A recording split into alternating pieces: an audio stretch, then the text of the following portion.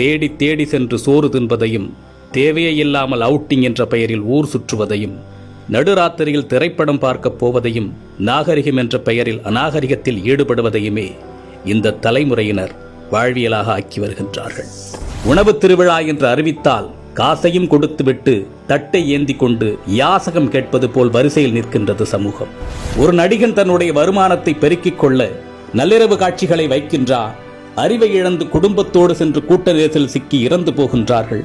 அதை பற்றி கவலைப்படாமல் தன்னுடைய வசூல் கணக்கை பார்த்து கொண்டிருக்கின்ற ஒரு நடிகனை தலையில் தூக்கி வைத்து வசூல் மன்னன் என்று கொண்டாடி கொண்டிருக்கின்றது இந்த சமூகம். பேசத் தெரியாத குழந்தைகளின் கையில் அலைபேசியை கொடுத்து அதை பெருமையாக பார்த்து ரசிக்கின்றது சமூகம். இரவு 2 மணிக்கு மிட்நைட் பிரியாணியை குடும்பத்தோடு சென்று சாப்பிடுவது கௌரவமாகிவிட்டது.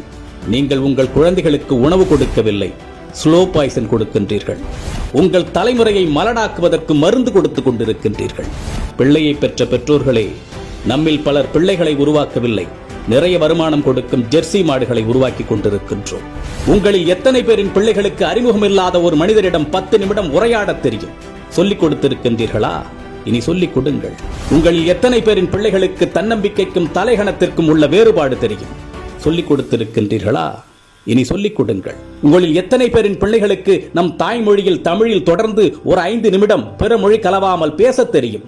சொல்லிக் கொடுத்திருக்கின்றீர்களா? இனி சொல்லிக் கொடுங்கள். உங்களில் எத்தனை பேரின் பிள்ளைகளுக்கு உங்களின் மாத வருமானம் தெரியும்? அதை கொண்டு எப்படி உங்கள் குடும்பத்தை நடத்துகின்றீர்கள் என்று எத்தனை பேர் உங்கள் பிள்ளைகளுக்கு சொல்லிக் கொடுத்திருக்கின்றீர்கள்? இல்லை என்றால் சொல்லிக் கொடுங்கள். அது தெரியாததால் தான் இன்று பலர் லட்சத்தில் வருமானம் ஈட்டியும் இஎம்ஐயில் வாழ்க்கையை தொலைத்து விழி பிதுங்கி நின்று கொண்டிருக்கின்றார்கள். ஆண் பிள்ளைகளோ பெண் பிள்ளைகளோ, உடல் வெட்கம் என்றால் என்ன என்று சொல்லிக் கொடுங்கள். 10 வயதில் அணியும் ஆடையது, பருவ வயதில் அணியும் ஆடையது, படுக்கையில் அணியும் ஆடையது, பொதுவெளியில் அணியும் ஆடையது என்று வேறுபாடுகளை சொல்லிக் கொடுங்கள். நம்மில் பல பேரின் பிள்ளைகளுக்கு ஐபோனின் விலை தெரியும், வந்த திரைப்படத்தின் வசூல், வரப்போகும் திரைப்படத்தின் புள்ளி விவரங்கள் எல்லாமே தெரியும்.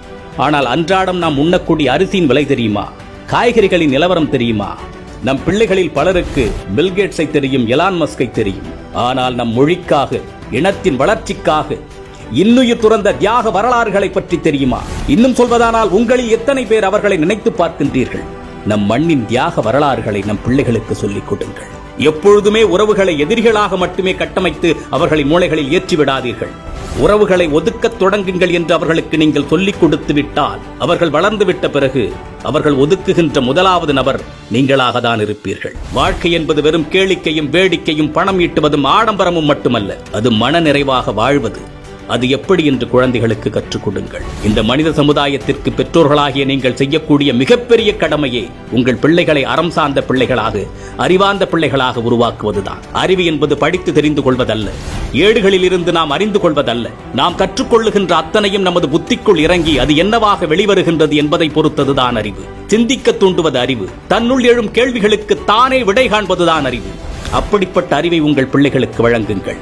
இந்த சமுதாயம் ஒரு வெற்றி சமூகமாக மாறுவதும் வீணில் சீரழிந்து போவதும் பெற்றோர்களாகிய உங்கள் கையில் தான் இருக்கின்றது. தக்கார் தகவலர் என்பது அவரவர் எச்சத்தால் காணப்படும். சிந்திப்போம். மற்றும் ஒரு பதிவில் சந்திப்போம். தமிழனாய் பிறந்தேன் என்ற பெருமையுடன் விஜய் சீதாராமன்.